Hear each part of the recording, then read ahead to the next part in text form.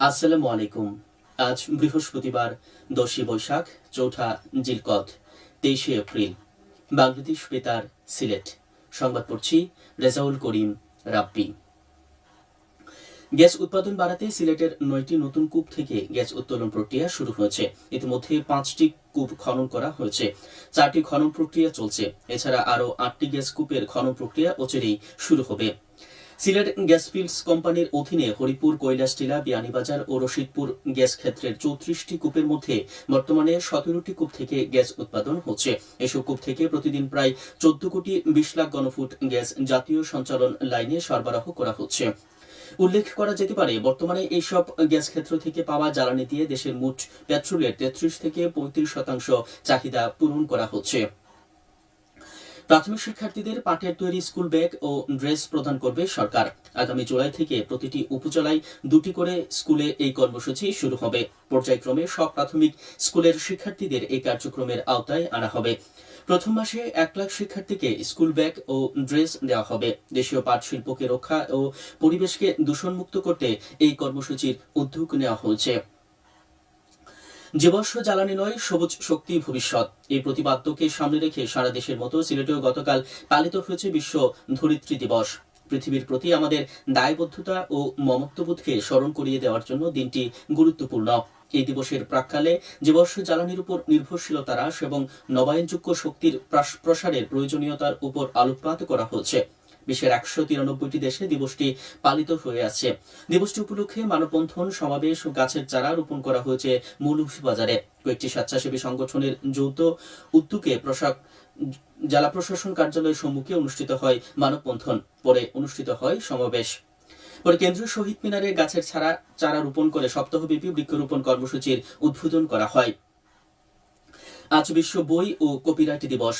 বই পড়ার গুরুত্ব ও সচেতনতা বৃদ্ধির লক্ষ্যে ইউনেস্কো 1995 সাল থেকে দিবসটি পালন করে আসছে। এটি শুধু বইয়ের প্রতি গুরুত্বারোপ নয়, বরং বইয়ের জগতের অপরিহার্য অংশ অর্থাৎ মেধাস্বত্ব বা কপিরাইট বিষয়ে জনসচেতনতা বৃদ্ধির উদ্দেশ্যে পালিত হয়ে আসছে। 47তম জাতীয় বিজ্ঞান ও প্রযুক্তি মেলা, 10ম বিজ্ঞান অলিম্পিয়াড ও বিজ্ঞান বিষয়ক কুইজ প্রতিযোগিতা অনুষ্ঠিত হয়েছে গতকাল সিলেটের গোয়াইনঘাটে। উপজেলা পরিষদের এই মেলায় মাধ্যমিক ও উচ্চ মাধ্যমিক পর্যায়ে 14টি শিক্ষা প্রতিষ্ঠানের শিক্ষার্থীরা অংশগ্রহণ করে উপজেলা প্রশাসন এর আয়োজন করেন। ঢাকা সিলেট মহাসড়ক শেরপুর সেতুর জরুরি মেরামত কাজের জন্য সাময়িকভাবে যান চলাচল বন্ধ রাখার সিদ্ধান্ত নেওয়া হয়েছে। আগামী শুক্রবার সকাল 8টা থেকে 26শে এপ্রিল রবিবার সকাল 8টা পর্যন্ত মহাসড়কের শেরপুর সেতু এলাকার সংস্কার কাজ চলবে। এ সময় সেতুর উপর দিয়ে যান চলাচল বন্ধ থাকবে। যান চলাচল এড়াতে বিকল্প সড়ক ব্যবহারের জন্য চালকদের অনুরোধ জানানো হয়েছে। বিকল্প হিসাবে শায়েস্তাগঞ্জ বিশ্বনাথ সিলেট, শেরপুর মৌলভীবাজার ফেঞ্চুগঞ্জ সিলেট এবং সুনামগঞ্জ জগন্নাথপুর সিলেট সড়ক ব্যবহার করতে বলা হয়েছে। সিলেটের উসমানীনগরে শিশুদের স্বাস্থ্য সুরক্ষা নিশ্চিত করতে জরুরি MR হাম রুবেলা টিকাদান কর্মসূচি 2026 উপলক্ষে এক সমন্বয় সভা অনুষ্ঠিত হয়েছে। গতকাল দুপুর 12টায় উপজেলা স্বাস্থ্য কমপ্লেক্সের সম্মেলন কক্ষে আয়োজিত সভায় সভাপতিত্ব করেন উপজেলা স্বাস্থ্য পরিবার পরিকল্পনা কর্মকর্তা মোহাম্মদ মইনুল আহসান।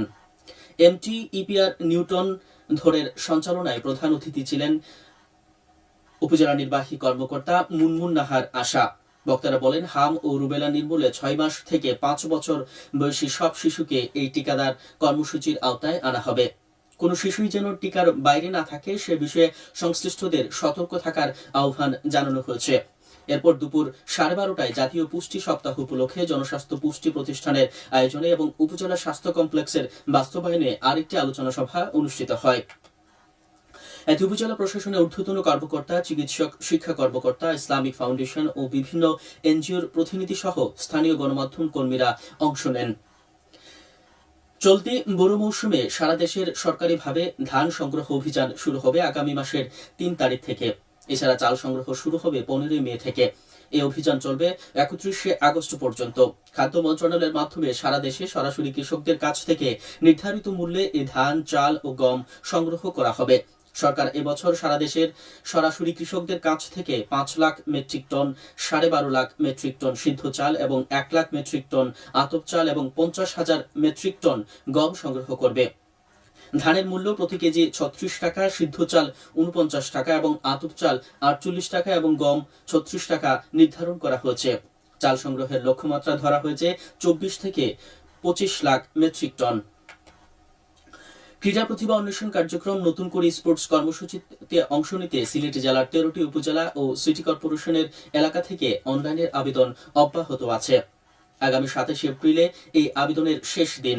12 থেকে 14 বছর বয়সীরাই কেবল আবেদন করতে পারবেন। কর্মসূচি ঘিরে ইতিমধ্যে প্রস্তুতি গ্রহণ করা হয়েছে জেলা ক্রীড়া সংস্থা সহ প্রশাসন। আগামী 2রা মে সিলেট জেলা স্টেডিয়াম থেকে দেশব্যাপী কর্মসূচির উদ্বোধন করবেন প্রধানমন্ত্রী তারেক রহমান। ক্রীড়া প্রতিভা অন্বেষণের এই কার্যক্রমের 11টি ইভেন্টে প্রতিযোগীরা অংশ নিতে পারবেন। ইভেন্টের মধ্যে রয়েছে football, cricket, kabaddi, athletics, badminton, দাবা ও সাঁতার। সবশেষে আবহাওয়া। আজ বেলা 1টা পর্যন্ত পূর্বাভাসে বলা হয়েছে সিলেট সহ পার্শ্ববর্তী এলাকার জন্য কোনো সতর্কবাণী নেই এবং কোনো সংকেতও দেখাতে হবে না। আজ সিলেটে সূর্যোদয় হয়েছে 5টা 24 মিনিটে এবং সূর্য অস্ত যাবে সন্ধ্যে 6টা 18 মিনিটে। সংবাদ শেষ হলো। পরবর্তী স্থানীয় সংবাদ প্রচারিত হবে দুপুর 1টা 5 মিনিটে।